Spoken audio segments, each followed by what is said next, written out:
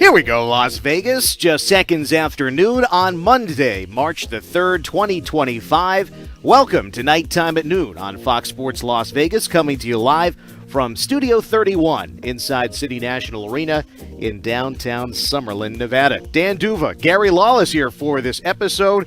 It is a fun day to have an episode of Nighttime at Noon. Not only are the Golden Knights coming off a shutout victory against the New Jersey Devils yesterday, Gary, we're just a few days away from Friday's NHL trade deadline. It's always one of my favorite weeks of the season, and it's been particularly fun if you work for the Vegas Golden Knights because of, you go back to year one, and the Golden Knights were in on Erik Karlsson that deadline right to the very end, and when that deal fell apart, they went and grabbed Thomas Tatar, but Mark Stone was a deadline acquisition. Ivan Barbashev, Alec Martinez, Robin Lehner, Jonathan Quick, Teddy Bluger. I'm missing somebody, but that's a pretty good list right there. They've done some shopping at the deadline. Jack Eichel they got in November. Alex Pietrangelo was an off-season acquisition. Oh, yeah. Tomas Hertl and Noah Hannafin. Those guys. So you never know what Kelly McCrimmon and George McPhee and Von Karpen and the entire pro scouting staff, you never know what they're doing and what they're planning. Actually, there's a really good tweet out there from Jack Manning. Jack is a guy that I've never met Jack, but he's always tweeting about the Golden Knights, and he pays attention to prospects and what's going on in the American League. And he's not so much an opinion guy, more, hey, this is what's going on. So he's kind of interesting. This is his tweet today. It's pretty good. I've listened to every insider podcast I'm aware of. Including Gary Lawless? I don't have a podcast. I can summarize all of their thoughts on #VegasBorn in one tweet. We haven't heard quotations. We haven't heard anything, but it's Vegas. So they are almost definitely, maybe, probably up to something because it's Vegas. Good job, Jack. Yeah, no, that's a right assessment of the situation. Yeah. It has now been quite a track record. I mean, this will be the 8th trade deadline in franchise history. Of course, one was a little bit weird because it was the abbreviated season, only 56 games. But the point being, there is a track record where the organization is always on the prowl. They have always been in contention for a playoff spot. They've never been in sell mode. It's always been bolstering the lineup. And I still go back, Gary, to the first home game in Knights history. And afterwards, you had see, Gary's getting updates live on the air, folks. That's how connected the insider is. I don't know how to turn that off. But I remember, Gary, the first home game afterwards, there was a reception for a bunch of the staff and families, and it was looking out over Toshiba Plaza, just sort of soaking it all in. And I remember James Neal's dad wondering aloud where he thought, hey, where do you guys think they'll trade James to at the deadline? Yeah. That was 3 games in to franchise history. Little did we know that incredible start would continue all the way to the Stanley Cup final. But that has never happened. The team has never been in a sell mode. Right now, you got some teams, you don't know if they're in, they're out, they're not sure. I mean, especially the Eastern Conference, where so many teams are right on the outside looking in, and even on the Western Conference. Look what St. Louis has done recently. Look at Utah. I mean, there's definitely some question. We'll get into the state of the market. In there, we want to clear up what's going on exactly with the Golden Knights right up to this minute and last night's game. But state of the market we'll do in our second segment, because you're right. There's been a few deals, but the dam has not broke, and history tells us there's going to be 50, 60 trades.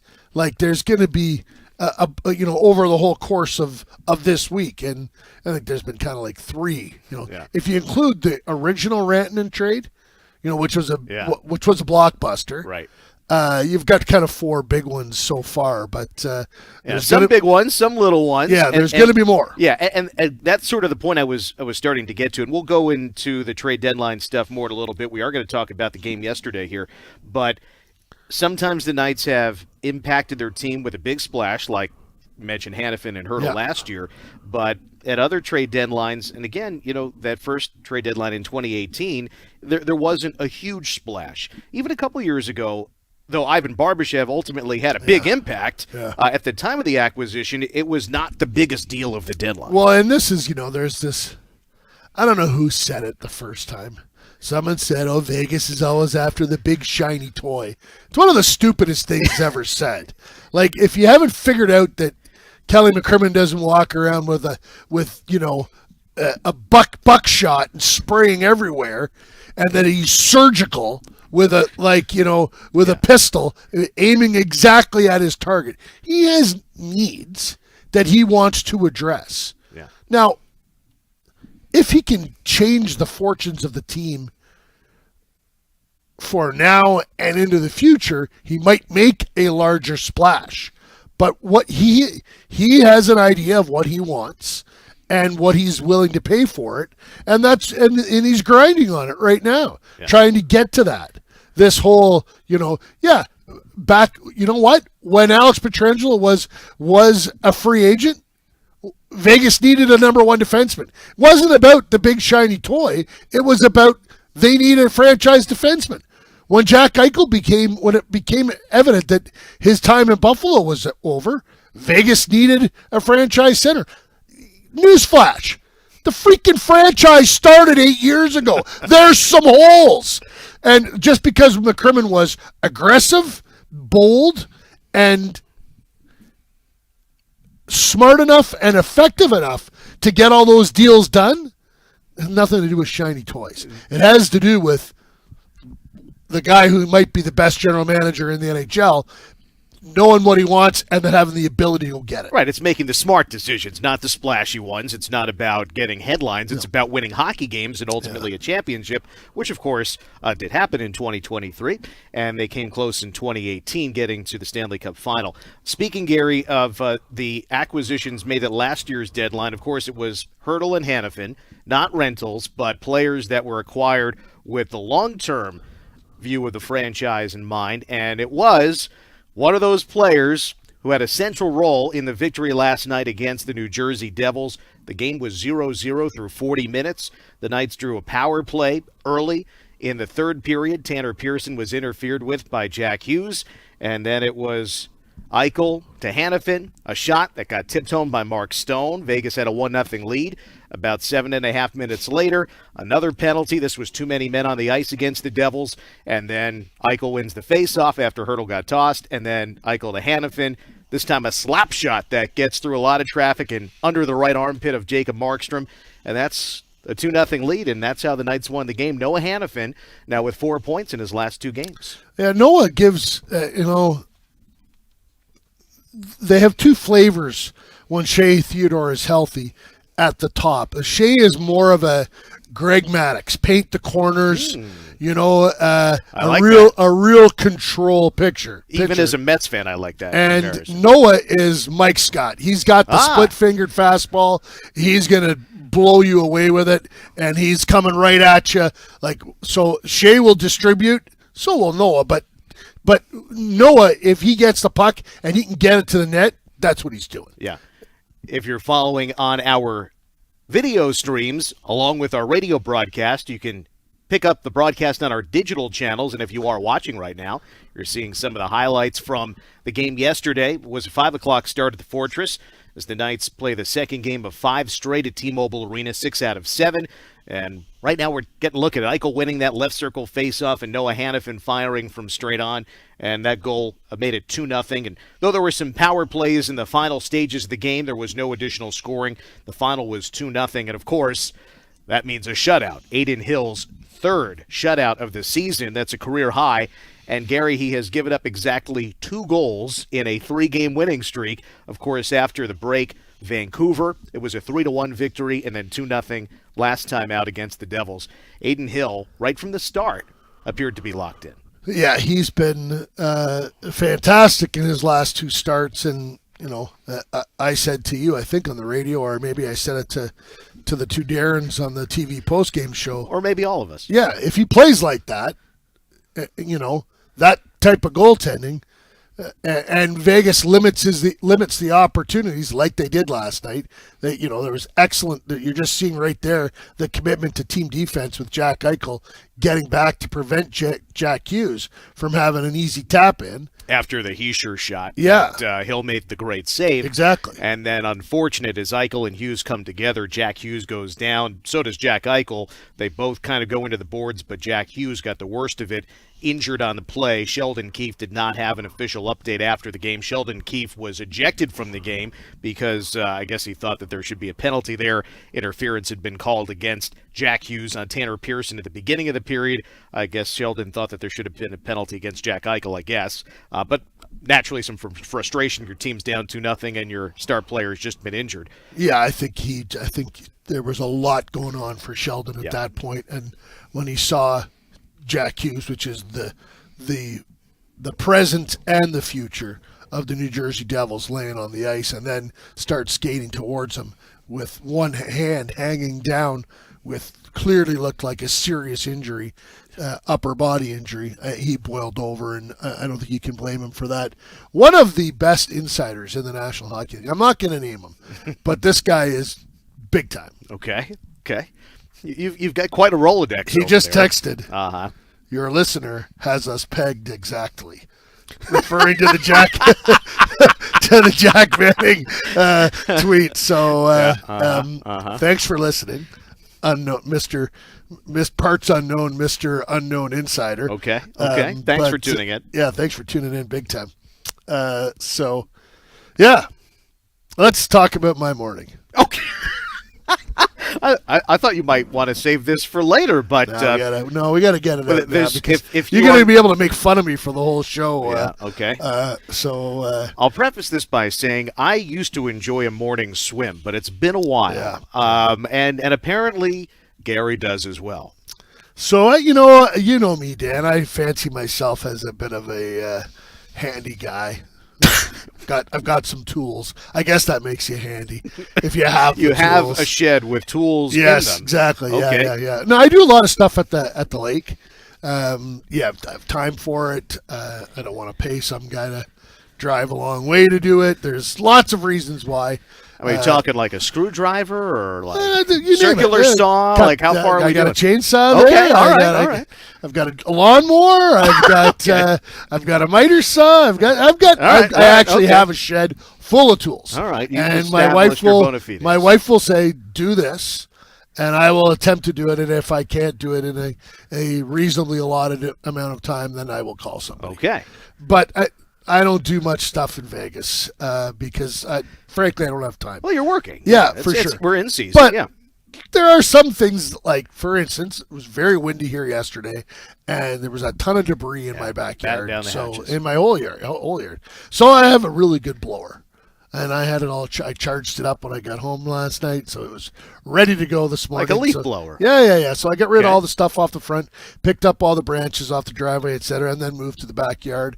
And our pool, one side of it, it was nice and easy, but then there's a few steps that go up to a ledge at the back, and you can't get to the middle of that ledge because the pool's in the way, so you got to walk up. And so, of course, I was, watching what the blower was doing and not watching where I was walking.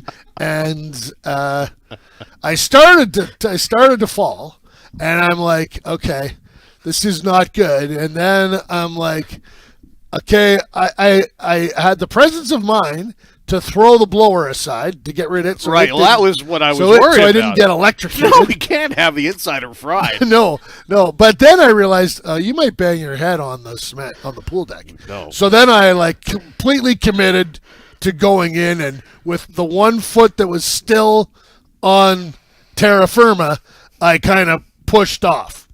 Now, as I'm... This is all in, 2 or 3 seconds of real time. Oh, yeah. Well, so this is the problem is, if I am pretty agile for a big man. Yeah. So no argument which here. gets me into trouble because I think I can do things that I really can't. Ain't as good as you once were. Yes, no, exactly, yeah. So I'm trying to perform the triple Lindy. Oh. If you are fans of Back to School and the late great Rodney Dangerfield, as I am trying to become Thornton Mellon. Yep. And call me when you have no class. When I'm trying to perform this, I realize, It's not going to turn out well. You don't got this. No. So then I do push off and I commit to fully.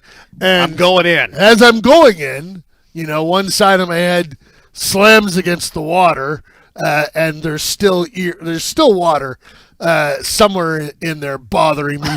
But then as I'm going down, you know me, Dan. What did I immediately check for? Where's my cell phone? Exactly, and it was in my left pocket.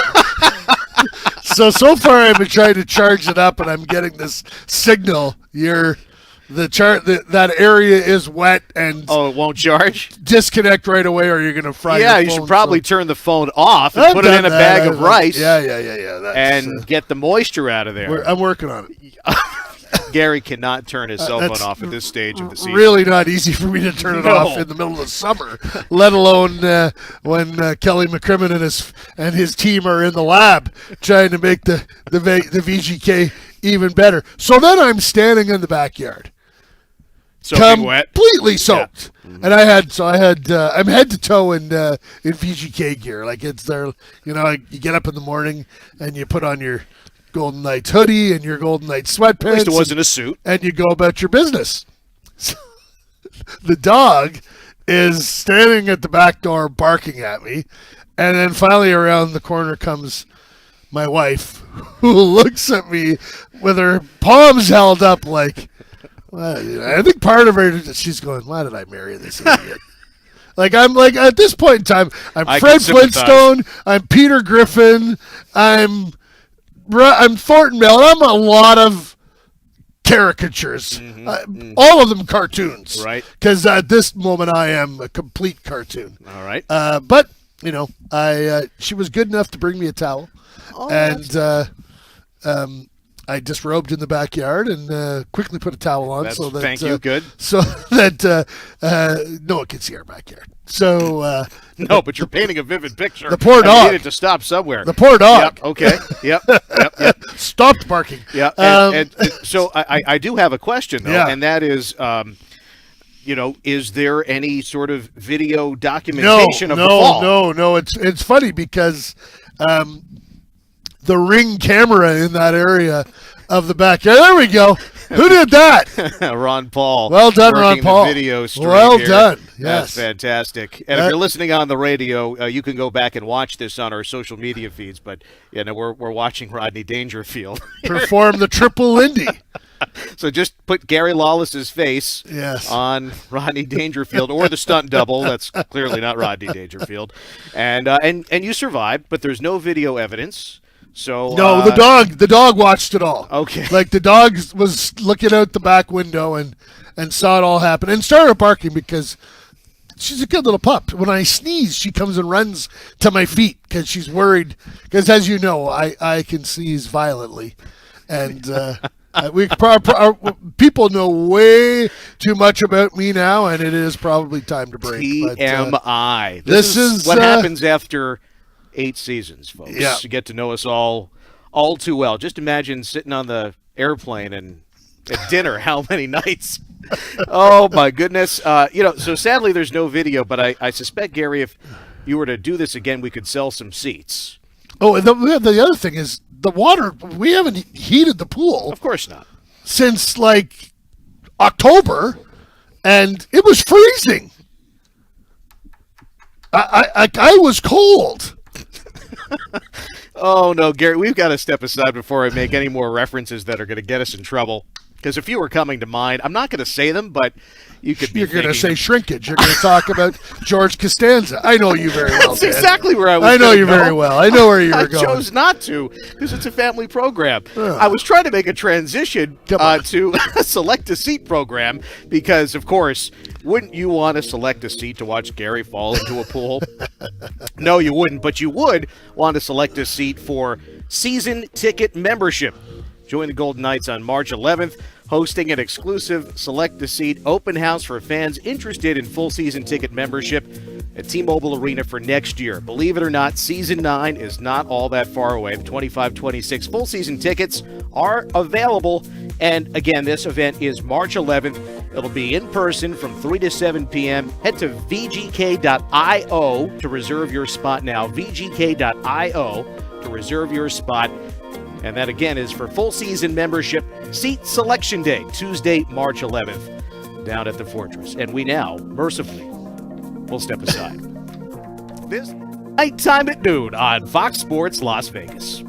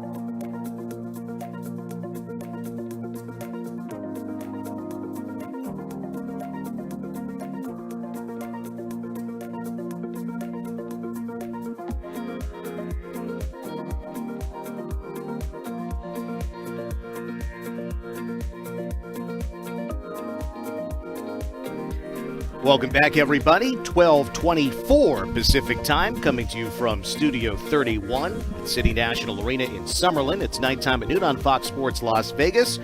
And before we get back to some hockey, we want to tell you about Nighttime Plus. Watch your Vegas Golden Knights this season with Nighttime Plus. Download Nighttime Plus today.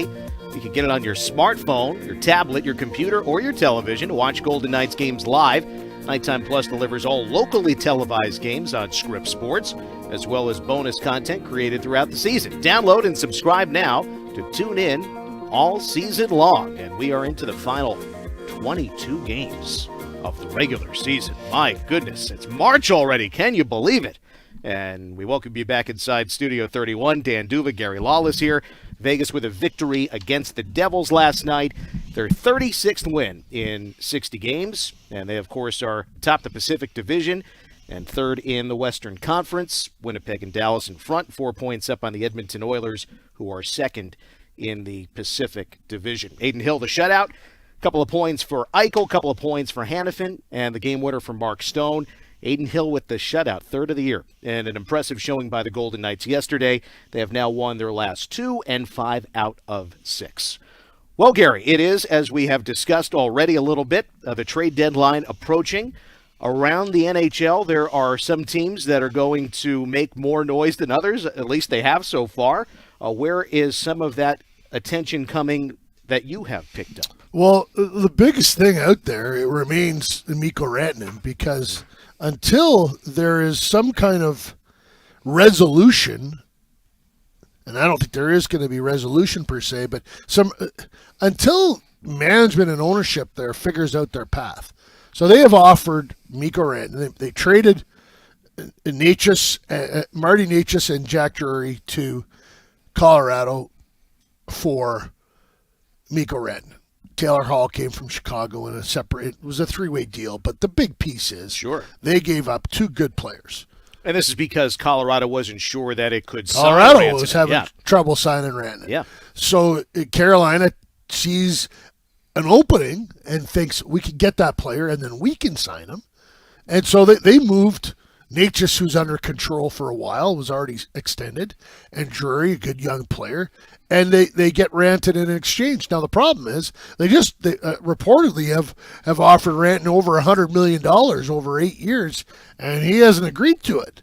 So that's a pretty big red flag. Yeah. If you're saying to someone, "Here's 100 schmil plus," and they don't sign right away or counter or whatever, so that you can, see a path where, maybe in his mind, I'm going to July 1. I had loyalty to Colorado.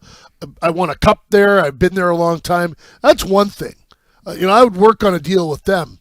These guys just traded for me. I don't know them. I don't know this community. I don't owe them anything. I'm going to July 1, and I'm getting my bag. And it's going to be as big a bag as I can possibly get. That's a crass way of putting it. Maybe he's like, I don't know enough about this area to know if I want to live here for the next 8 years. Because whatever deal he does is going to have a full no move. Right. This is a top 10 player in the NHL. This is among the top 3 wingers in the National Hockey League. And some might say he's the best. He's a fantastic player. Big, fast, can finish, goes to the hard areas. Major difference maker. So right now, Carolina's in a spot where they're like, okay, we gave all these pieces away, and if we can't extend him, we're gonna, maybe we can soften the blow if we go on a run here and win the Stanley Cup, and then he leaves, right? We won our cup. That's just about anything is worth it to win a Stanley Cup. There's in terms of player assets, you can justify just about any trade if it results in you winning a Stanley Cup. That's putting a lot of eggs in a real small basket because. And just for point of reference, where Carolina sits in the standings, it's not like they're the Washington Capitals, far and away number 1 in the East. I mean, they're number 2 behind Washington. They're 10 points behind Washington for second in that division. They've got just 4 wins in their last 10 games. Rantanen didn't come in and blow out the doors. No. Well, some people will tell you that he just doesn't fit the way they play. Like, they want to win 2-1, not 5-4. Yeah, I should have thought about that in advance, I guess. I'm not criticizing anybody. Like, if I was a general manager and I had a chance to get Mikko Rantanen, I would probably try and do what I had to do. That being said, you're right. You should have, maybe you thought he could adjust a little bit, but, that's the other thing. He's just been okay since he got there. He hasn't lit the world on fire. He was pretty good the other night.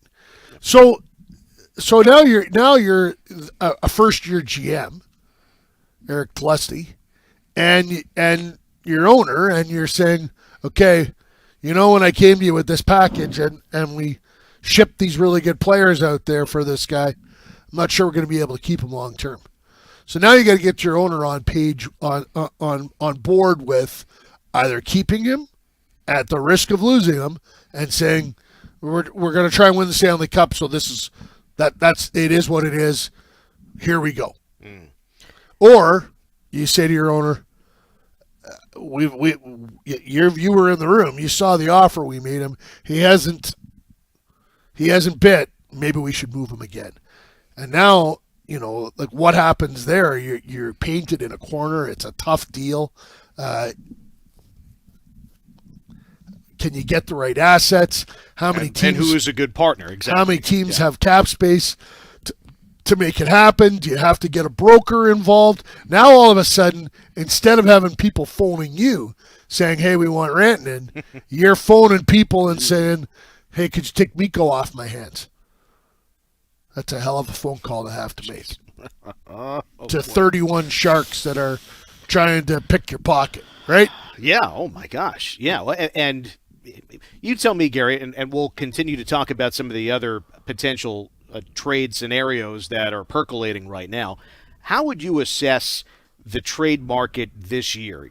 We always look at some of the big names who are on expiring contracts. You look at, say, the Golden Knights, then, surprising everybody with the Tomas Hertl deal. Hanifin you might have thought was going to be available. Tomas Hertl nobody thought was going to be moved at the deadline. So how would you assess this trade deadline? Is it a buyer's market? Is it a seller's market? How do you see it? Well, the market is completely unknown right now because there's so many teams that still, like I did it yesterday, there's like 6 teams in the wild card hunt in the East. Yeah, I'll just give it to you real quick. Buffalo and Philly are the only teams that are completely out. Maybe Pittsburgh now after another loss. Yeah, so, you've got Detroit at 66 points in the second wild card spot. Detroit's at 66. And then you've got 3 teams at 64, 1 team at 63, 62, 61. So from the Islanders, who are in 8th in the wild card hunt, to Detroit holding the second wild card, that is 5 points. Yeah, no, I can tell you right now, there's a number of those teams that should have waved the white flag. Yeah. Right? I can tell you right now, the New York Islanders aren't winning the Stanley Cup. Yeah. So Brock Nelson's name comes up. But Lou Lamoriello, at 82 years of age, is he's probably not interested in what happens 5 years from now. More interested in what happens right now. And hey, maybe he would say to me, "What do you know? Yeah. We got Sorokin, and maybe we catch lightning in a bottle, and we're what year did the Kings finish 8th? Like they were 8th in the West and they won the Stanley Cup, right? And it happens. And I was going to say St. Louis even more recently. Ask Alex Pietrangelo. And so that is not impossible. You just have the right buttons at the right time and the right deal that sparks something. Who knows? Yeah. In the Western Conference, by the way, Calgary and Vancouver both have 65 points. Calgary is the last team in. Vancouver is the first team out at the moment. They have the same points percentage, but tiebreaker right now with Calgary.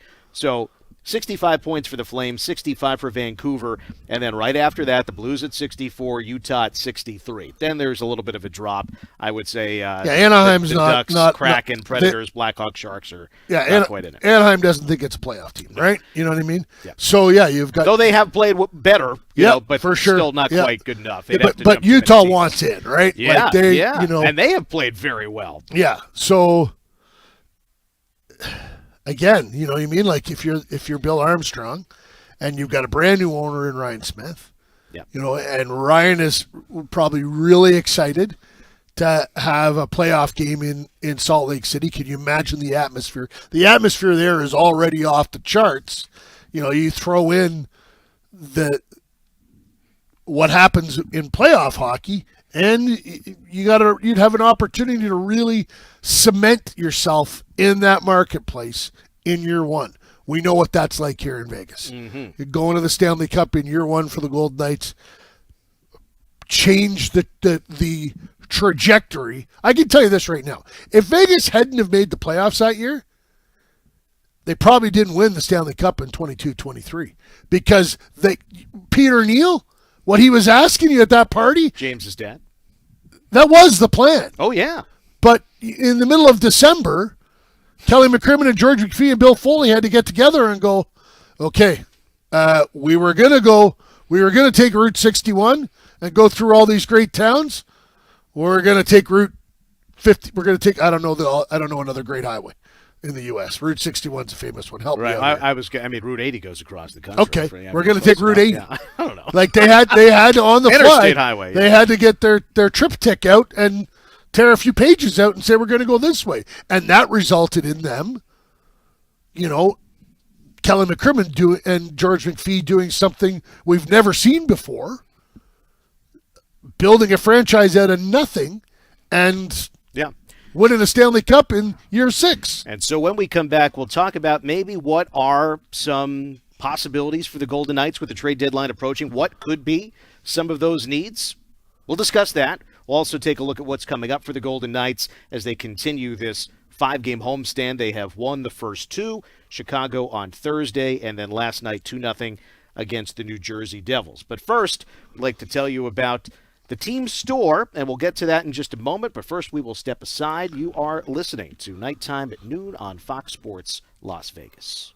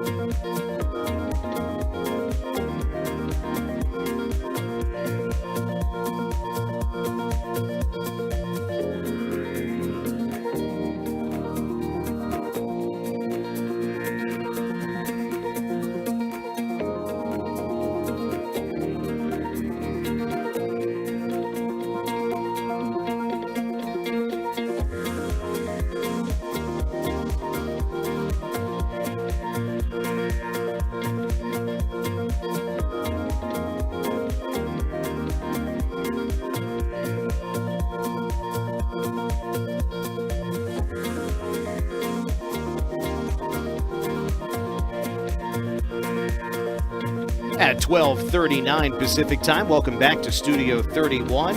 It is Nighttime at Noon on Fox Sports Las Vegas. AFC Bournemouth continues to roll. The official Instagram for AFC Bournemouth is here. Head to @AFC USA. That's sort of born in the USA. Get the idea? Yep. That's on Instagram. You can see exclusive behind-the-scenes content surrounding AFC Bournemouth. Here in the States, the Cherries continue their record-breaking season as they take on Tottenham on March the 9th at 7 a.m. Pacific Time. And you can watch by stream on Peacock. Again, that is at AFC USA, Bournemouth in the USA. Pretty cool. I love it. Especially the Springsteen fans. Up the Cherries. Have I ever told you my Bournemouth story? I don't think so. So Dan and Gary here, by the way, on Nighttime at Noon. This is more domestic Gary. I have when I cut my grass in the summertime at the lake. Okay. My lovely neighbor John. John is a really good neighbor and an outstanding guy, but is self-admittedly very cheap. And I don't think he keeps any beer in his fridge. So when he hears my mower going on, he knows that in about 15 minutes I'm gonna need a break for a refreshment. So he goes out and starts his lawnmower as well.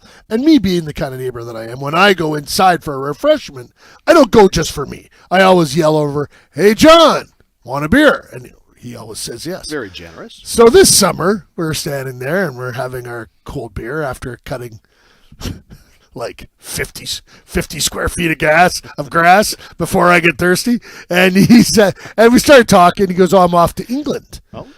And he's English. He's from England. I'm going, "Oh yeah, no kidding. Where are you going?" Because I'm going to my hometown. And I said, "Have you never told me where your hometown is?" He goes, "I'm from Bournemouth." Aha. And I immediately phoned Garrett Calloway and said, "Hey, you got a FedEx a Bournemouth jersey up here." And I surprised him with it. And he whispered to me as I gave it to him, "Don't tell Wendy, but this is the greatest present I've ever received." Oh, my. Well, there you have it. Bournemouth, the Cherries, as we discussed earlier, coming here to the USA soon. So that's fantastic. We have been talking about the trade deadline, which is, by the way, on Friday. Knights have a couple of games this week, so they've played against two teams here at home on the 5-game homestand. Beat Chicago on Thursday 7-5. Beat the Devils last night 2-0. Wednesday against the Toronto Maple Leafs 7 o'clock. And then, after the trade deadline will have passed, Friday night against the Pittsburgh Penguins. They wrap the homestand Sunday 5 o'clock against the LA Kings. So Toronto Wednesday, Pittsburgh on Friday, Los Angeles on Sunday. And then they hit the road, Gary. Lots of Eastern Conference opponents coming up, with the Kings being the exception there on Sunday. So that brings us, Gary, with 22 games left in the season. Game 60 was last night. Where are the Golden Knights in terms of their roster composition, and what might they be looking for come this trade deadline? Last year, of course, we were surprised by the acquisition of Tomas Hertl, so you never know. Just because you think you know what they're looking for doesn't mean that's exactly what they will turn out. I'll start with this. Shea Theodore and William Karlsson. And Cole Schwint. And you don't want to forget Cole Schwint, but I'll put Theodore and Karlsson at the top of the list because they've been instrumental through 7.5 years of this franchise. And those would be players, if they were available for whatever reason, you would love to acquire. And so, again, pseudo acquisitions whenever those players do come back, Karlsson and Theodore. So noting those two, plus Cole Schwint, who, prior to this year hadn't really been an NHL guy, but established himself as a regular. Since then, the Knights have added Brandon Saad. Raphael Lavoie has now played 8 games with the Golden Knights. And so I guess the question is, Gary, considering those players who are currently unavailable, what are some of the things that the Golden Knights might be looking at? What might be the areas that Kelly and George and company are trying to improve? Yeah, well, first of all, I would state, Kelly has got on the record saying, he expects it to be, in terms of a Golden Knights deadline, more of a minor one. With last year's deal being like so massive, right? Like Hertl is right now, he's playing tremendous hockey. So is Hanifin. And like what he did last year at the deadline, one of the biggest deadlines we've seen in a long time from any team. So I don't expect it to be that kind of a splash. He's when Theodore's healthy, he's got Ben Hutton and Caden Korczak who can't get in the lineup. Yeah. So I don't think he needs to add on the blue line. I think he can always use depth at forward depth. So to me, listen, and maybe it's one of those years where you add from within and you bring your own your own people. Like they sent Alexander Holtz down to the American League to find a scoring touch. Got 4 yesterday. He's red hot. Maybe it's a recall for him. That it used to be done that way. Teams would get into the playoffs and they'd have an injury, and then okay, we're bringing this guy up from the American League, and they brought their own people up and gave them a chance in the playoffs. And sometimes guys caught lightning in a bottle and went off and had a great playoff, and eventually. No one had ever heard of Patrick Waugh or Ken Dryden before they got their chances, right? Yeah. Claude Lemieux. Yeah. I'm using all Montreal examples, but that's the way it used to be done. So maybe it's. I even remember, Chris Kreider coming out of Boston College, joining for the Rangers for that long run. That's over a decade now, but still. But so maybe it's something more like that happens with them. I should also the caveat here is. I have no idea. The last conversation I had with Kelly McCrimmon was he sent me a text the other day taking a shot at me because I tweeted the fact that I was at the rink at 5:30 in the morning to watch my daughter's practice, and he was making fun of me for sharing this. That's the only conversation I've had with him, and it's had nothing to do with what he's working on. And has he texted you about your swimming this morning? No, okay. No, because he's been busy. At the end of the day, he'll see all my dumb tweets and then maybe say, "Hey, bonehead, yeah, don't fall in the pool." Well, I will share a couple of things. Number one, Kelly McCrimmon is a regular guest on the Vegas Golden Knights Insider Show, which of course is 4 to 6. On this radio station, weekdays with Darren Millard, Ryan Wallace, and Chris Chapman chimes in occasionally. Kelly McCrimmon is expected to join the show in his usual Monday spot.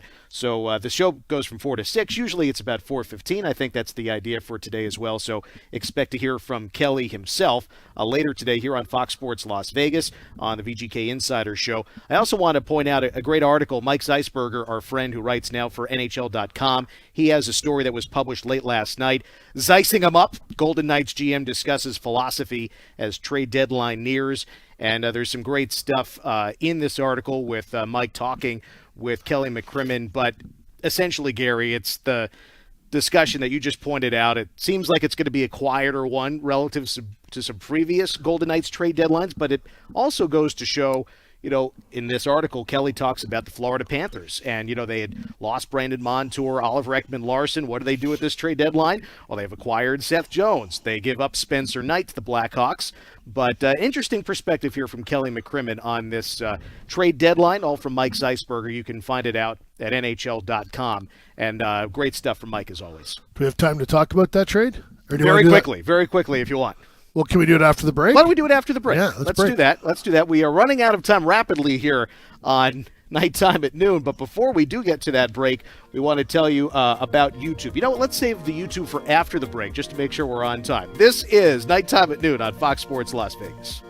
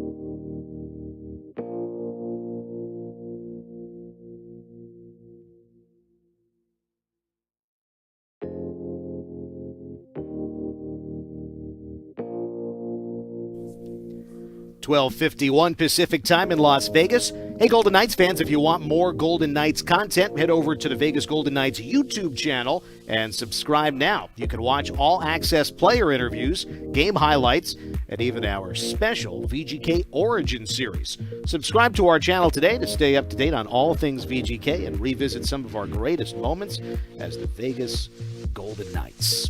Back inside Studio 31 in City National Arena. D'Uva, Gary Lawless, final minutes of the program as the Knights coming off a 2-0 victory yesterday against the Devils. Next in action Wednesday against the Toronto Maple Leafs. And the Maple Leafs, by the way, with a very exciting overtime victory. William Nylander, 6-5 Leafs over the Pittsburgh Penguins yesterday afternoon. But Gary, around the NHL, there has been a couple of trades in the last couple of days, most notably Seth Jones headed to the Florida Panthers. Yeah, this deal kind of surprised me because of the size of the deal. You know, Seth Jones makes $9.5 million a year, and even with the Chicago Blackhawks retaining 26%, about $2.5 million, the value of his contract is against the Florida's cap is still $7 million a year for 5 years after this season. So Aaron Ekblad and Sam Bennett are on expiring deals. This kind of is a signal to Aaron Ekblad, we've replaced you. And the timing of that is like, listen, Seth Jones is a good player. Maybe he is better than Aaron Ekblad at this stage, but Ekblad's a huge piece of that dressing room, that organization. If that's the case, that, you know, and I would imagine his agent will have been in contact with Bill Zito and said, what's this mean for us? And, you know, where that conversation goes, who knows? But if Ekblad is in essence being told, we don't, you know, our heart isn't in you anymore, how can his heart be in them? And that heading into a playoff run is a dangerous place to be with such an important piece of your club.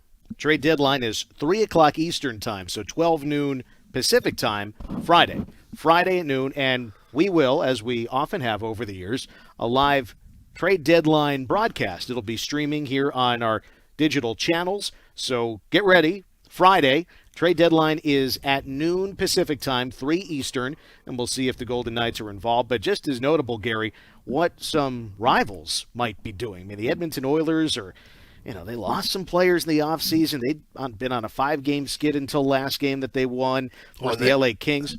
Edmonton's got a big situation on their hands, is that Evander Kane is making noise like, I'm ready to play. Yep. I'm going to be ready to play before the end of the season. And if that's the case, like, making over $5 million. Yeah, right? Stan Bowman was planning on being able to use that space. But Evander wants to show the world in the regular season that he can play, because if he doesn't and his contract expires and he hasn't played in a while, his value is diminished. He needs to play for his next contract to have some value. So, you know, the players are all independent contractors. He is, and if he says to the hockey world, I'm ready to play, and Stan Bowman has used that cap space, they got a problem. Yeah. So there is talk that they're trying to trade Evander Kane right now rather than activate him.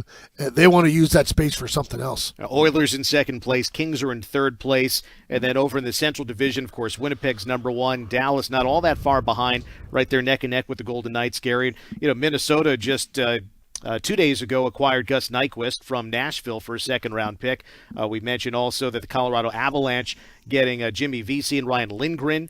The other Lindgren, Charlie, just signing a 3-year contract extension with the Capitals. But quickly, Gary, any thoughts on some of the other rivals in the Western Conference and what they might be looking for here at the deadline? Well, Dallas is scary because they've got that Tyler Seguin's cap money. They've got it that they can use, so they can really add. And Heiskanen, when do we think he's going to be back? I don't know exactly, but you know they're not putting him on LTIR until the end of the year. Okay. No, but Seguin's money, they've kept their powder dry. So, and that is, you know what I mean, like if you're worried about what could happen with Mikko Rantanen, that's the place you don't want him to land.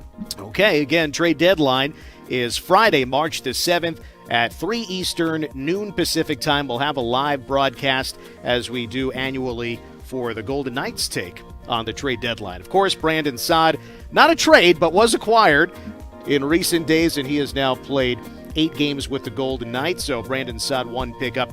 We'd like to thank you for tuning in to this broadcast. We remind you that the Knights are in action against Toronto on Wednesday, 7 o'clock. That's a nationally televised game. But Gary and I, of course, will have the radio broadcast right here on Fox Sports Las Vegas. Thanks to Lexi, Justin, Ron Paul, Ruben, and for Golden Knights insider Gary Lawless, Dan D'Uva saying so long and good day. This has been Nighttime at Noon on Fox Sports Las Vegas.